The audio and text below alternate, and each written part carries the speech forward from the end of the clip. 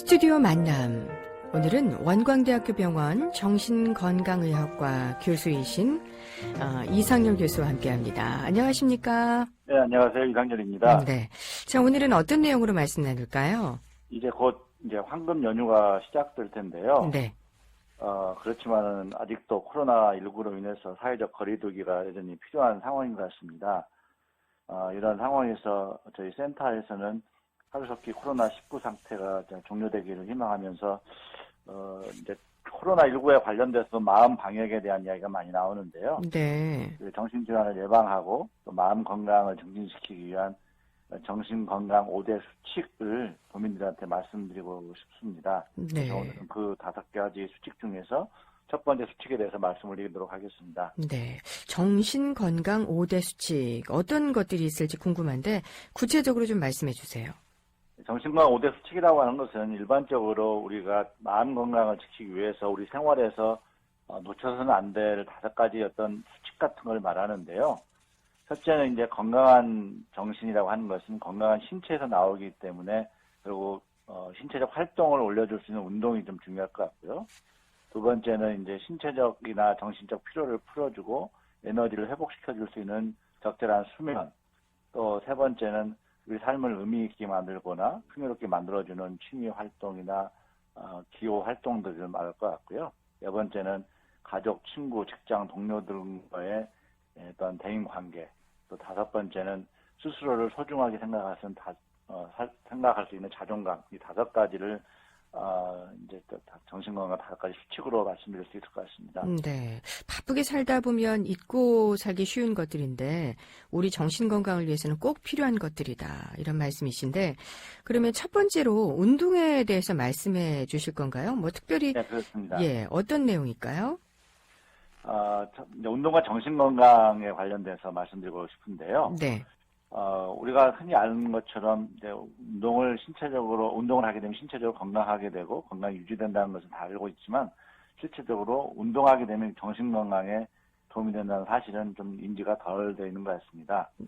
실제로는 하버드 대학에서 연구한 거에 의하면은 하루 15분 동안 달리거나 1시간 동안 걸으면 주요 우울증의 위험도가 약 30% 정도 감소되는 걸로 나타나고 있거든요. 네. 그래서 우울증 증상을 완화된 거 외에도 규칙적인 운동을 하게 되면 우울증 예방할 수 있고 또 아울러서 우울증뿐만이 아니라 기분에 관련된 여러 가지 정신장애들을 예방하거나 호전시킬 수 도움이 된다는 것이 많이 알려져 있습니다. 따라서 운동과 정신건강은 밀접한 연관관계가 있기 때문에 우리가 운동에 좀 더 관심을 두를 필요가 있습니다. 그러니까 우울증에 운동이 좋은 약이 된다는 사실 연구에서 나타난 거네요. 네, 그렇습니다. 이제 하버드 대학뿐만이 아니라 텍사스 대학 연구에서도 보면은 일주일에 3에서 5일, 약 3에서 50분씩 유산소 운동을 하게 되면 운동을 하지 않는 집단보다 우울증이 약 50%까지 완화시켰기 때문에 운동이 결국은 항우울제 같은 효과가 있다라고 이제 발표한 적도 있습니다. 그래서 우울한 것 외에도 불안하거나 스트레스나 또는 기억력이라든지 이런 것들도 운동과 하게 되면 훨씬 더 많은 호전을 보일 수도 있고 예방할 수도 있다고 알려져 있습니다. 네. 운동이 이렇게 정신건강에 긍정적인 영향을 준다는 사실이 놀라운데 좀 더 구체적으로 운동이 정신건강에 미치는 영향에 대해서 좀 살펴보죠. 예, 되게 이제 3가지 점에서 살펴볼 수 있는데요. 첫째는 이제 신체적 관점입니다. 이제 생리적 관점이라고 하는 것은 운동을 하게 되면 사람의 뇌에서 분비되는 정신건강과 관련된 호르몬, 특히 많이 알려진 호르몬 중에 이제 도파민이라든지 또는 행복 호르몬 같은 엔돌핀, 세로토닌 이런 분비를 증가하게 될 수 있거든요. 네. 아울러서 이것 때문에 스트레스를 효과적으로 조절할 수 있는 힘도 생기게 되고요. 또 운동을 하게 되면 신체적으로도 수면에 도움을 많이 주지 않겠습니까? 아울러서 체력이 증진되고 근근격계의 긴장을 완화되기 때문에 정신 건강을 유지할 수 있다. 그래서 어떤 뇌의 건강이 유지되기 때문에 정신 건강이 유지될 수 있다고 말씀드릴 수 있고요. 네. 두 번째 이제 심리적 관점을 놓고 보면 운동을 하게 되면 자신감이 향상될 수 있습니다. 반복적 운동을 하게 되면 다시 수행 능력도 증가하게 되고 대처 능력도 증가하게 되면서 부정적인 생각이나 집착하고에서 잠시 벗어날 수 있기 때문에 마음이 좀 뭔가 내려놓을 수 있는 기회를 좀 많이 가질 수 있거든요.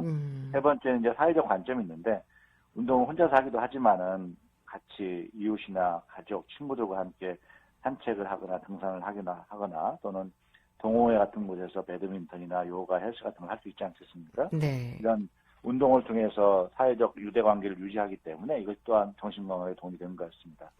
그렇군요. 한 학교에서 아침에 아이들 등교해서 운동장을 좀 몇 바퀴 뛰거나 좀 놀게 하고 공부를 시켰더니 공부를 더 잘하더라. 이런 얘기도 들은 적이 있는데 연관이 많이 되는 부분이 있는 것 같습니다. 네, 그렇습니다. 네. 그 운동이 신체적으로나 심리적, 사회적으로 다양하게 영향을 미치는 걸 새삼 느끼게 되는데, 그런데 이런 운동에 관심이 있는 사람들은 말씀하신 것처럼 스스로 적극적으로 하게 될 텐데, 별로 관심이 없는 분들은 운동을 하는 게 쉽지는 않은 것 같거든요.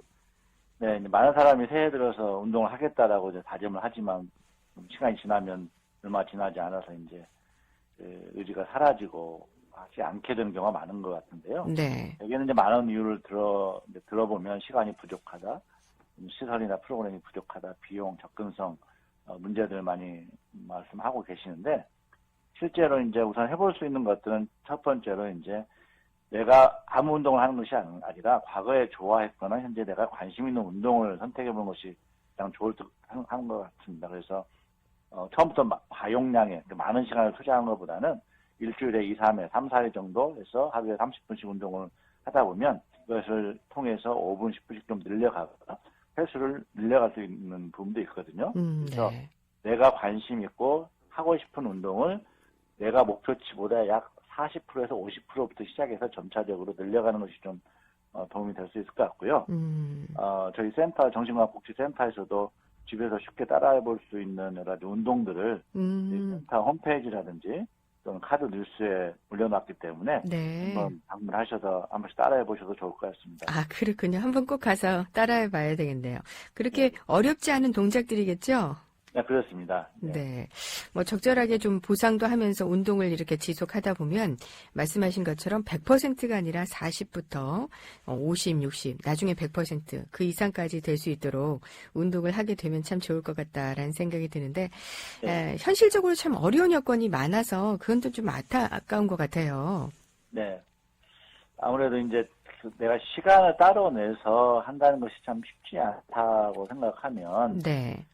그럴 경우에 이제 직장 생활이나 일상 생활에서 내가 좀 생활 운동을 하는 것도 좀 도움이 될 수 있습니다. 그래서 예를 들면, 직장 생활을 할 때도 버스를 좀 몇 정거장 밑에 내려서 걸어서 직장까지 간다든지, 퇴근하고 또 출근할 때 아파트 계단을 좀 오르고 내린다든지, 네. 아니면 서서 내가 책을 좀 본다든지, 이런 식으로 좀, 내 일상 생활에서 생활 운동을 좀 할 수 있는 방법도 있고요. 네. 또는 집에 도착하면 자전거를 탄다든지 쇼핑을 하면서도 걷고, 또 세차하고 설거지하고 또 TV 보면서 스트레칭하거나 요가하는 등 일상 생활에서의 어떤 생활 운동을 먼저 시작하는 것도 도움이 될 것 같습니다. 알겠습니다.